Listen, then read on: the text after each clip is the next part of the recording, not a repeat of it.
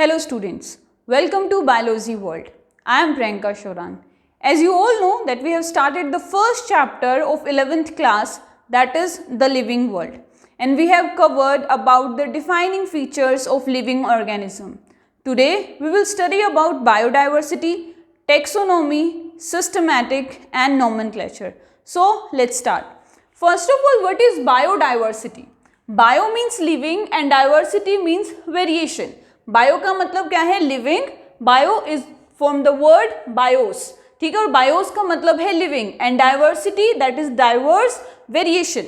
So biodiversity mean the different type of living organism that are present और are found on the earth. मतलब earth के ऊपर जितनी भी तरह के लिविंग ऑर्गेनिजम्स पाए जाते हैं उन सब को हम मिला के कहते हैं बायोडाइवर्सिटी. ठीक है, उसमें प्लांट्स भी हैं, एनिमल्स भी हैं, माइक्रो ऑर्गेनिजम्स भी हैं, यूनिसेलुलर, मल्टी सेलुलर, सारे के सारे जितने भी लिविंग ऑर्गेनिजम्स सारे अर्थ पे जो प्रेजेंट हैं उनको मिला के हम कहेंगे biodiversity. According to IUCN, that is international union of conservation of nature and natural resources. एक ऐसी यूनियन है जो नेचर और नेचुरल रिसोर्सेज के बारे में कंसर्न रखती है. तो IUCN ने कहा कि पूरी अर्थ पे around approx 1.7 to 1.8 million species present है. अप्रोक्स है, ये एग्जैक्ट डाटा नहीं है. ठीक है, क्या कहती है IUCN कि approx 1.7 to 1.8 million species are present on earth. Now next is taxonomy. तो बायोडाइवर्सिटी सारे लिविंग ऑर्गेनिजम्स के बारे में पढ़ना. अब टेक्सोनोमी क्या है? टेक्सोनोमी भी बायो की ही एक ब्रांच है. टेक्सोनोमी भी बायो की ही ब्रांच है जो डील करती है क्लासिफिकेशन के साथ. Taxonomy is the branch of biology that deals with the classification, और we can say that deals with the scientific procedures of classification. जो टर्म है taxonomy, it was given by A.P.D. Candolle. जो term है taxonomy उसको किसने दिया था? A.P.D. Candolle. Classification करने के लिए, क्लासिफिकेशन किसकी करेंगे? लिविंग ऑर्गेनिजम्स की. साइंटिस्ट जो रिसर्चर्स हैं हर रोज कहीं ना कहीं से एक नई जो स्पीसीज को आइडेंटिफाई करते हैं, डिस्कवर करते हैं. अब उसके कैरेक्टर्स को पढ़ के उसको एक पर्टिकुलर ग्रुप में ऑर्गेनाइज करना, ठीक है, ये क्या है? टेक्सोनोमी है. नॉर्मल सिंपल भाषा में बोले तो एक स्पीसीज जो आज तक किसी को उसके बारे में नहीं पता था, आप लोगों ने उसको सर्च कर लिया, ढूंढ लिया, अब तुम्हें उसके जो कैरेक्टर्स हैं उनको पढ़ना है और जो पहले से स्पीसीज अरेंज कर रखी हैं एक ग्रुप में उनको उन जो कैरेक्टर्स हैं उसके साथ मिलाने हैं और उस स्पीसीज को उसमें पुट करना है. This is the taxonomy. ठीक है, लेकिन यहाँ पे क्या है? एक साइंटिफिक प्रोसीजर फॉलो होता है. ऐसे नहीं कि किसी ने भी स्पीसीज उठाई, उसका नामकरण कर दिया, कुछ भी नाम दे दिया और ठीक है चलो भाई उसको उस ग्रुप में डाल देते हैं. हर एक चीज़ के लिए एक प्रोसीजर अपनाया जाता है, एक साइंटिफिक प्रोसीजर अपनाया जाता है, और उस प्रोसीजर का पहला स्टेप है that is characterization. What is the first step? That is characterization. First of all you have to study about the characters of that species. जो स्पीसीज है जो आइडेंटिफाई की है, जो नई मिली है, उसके कैरेक्टर्स को पढ़ना, that is characterization. Next is identification. उस स्पीसीज का आइडेंटिफिकेशन होगा. नेक्स्ट इज नोमेनक्लेचर, नामकरण होगा, that is the naming of an organism. And the last classification. Last step क्या होगा? क्लासिफिकेशन. क्लासिफिकेशन का मतलब है स्पीसीज को ग्रुप्स में अरेंज करना. इससे रिलेटेड अगर हम इसकी हिस्ट्री पढ़ें क्लासिफिकेशन की तो सबसे पहले नाम आता है Hippocrates, father of medicine. Hippocrates ने सारी जो एनिमल्स हैं उनको इंसेक्ट, फिश, बर्ड्स, ठीक है, इसमें क्लासिफाई किया, normal classification. Next is the Aristotle, father of zoology. ठीक है, father of bio, father of zoology.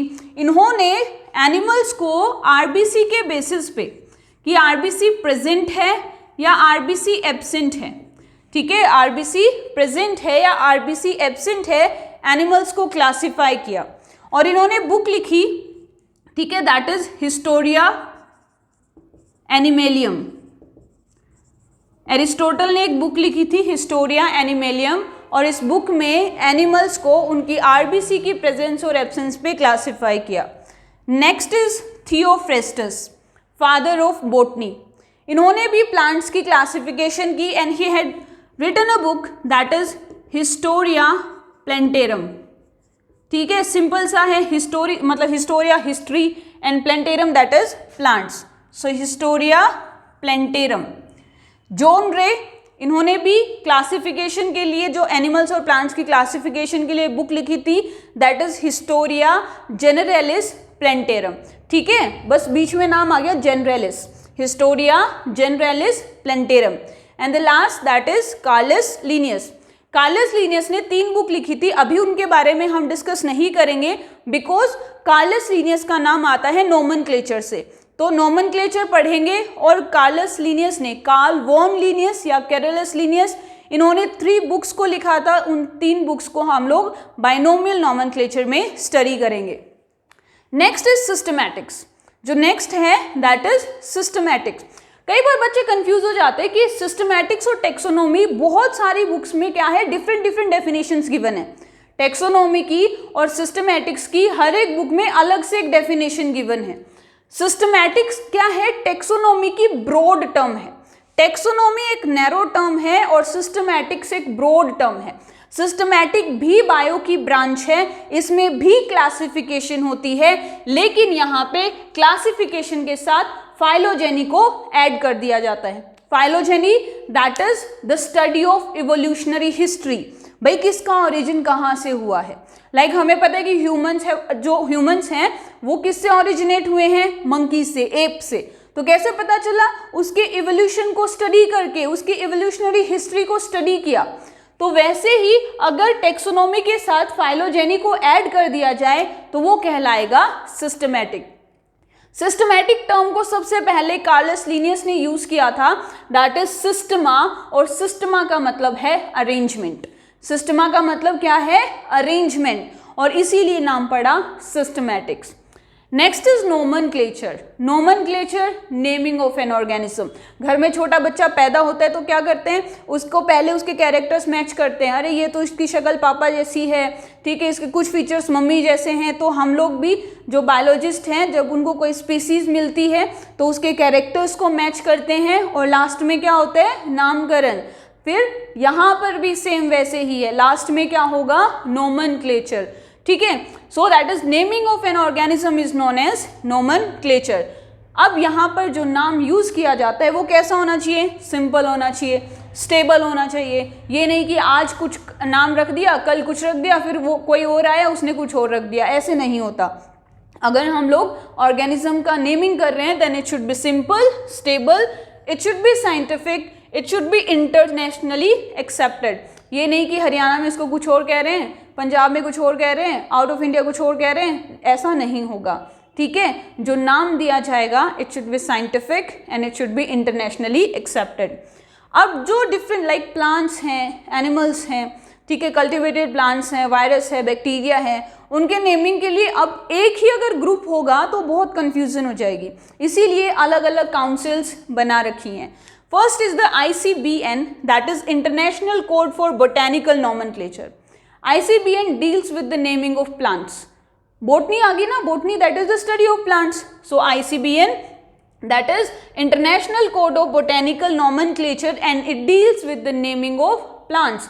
ये रूल्स बताएगी, ICBN रूल बनाएगी कि अगर तुम लोगों ने एक नई स्पीसीज प्लांट की ढूंढी है तो उसका नाम तुम्हें कैसे रखना है, अगर कोई नेम अगर तुम उसको दे रहे हो तो वो सही है या नहीं है, कौन बताएगा, ICBN।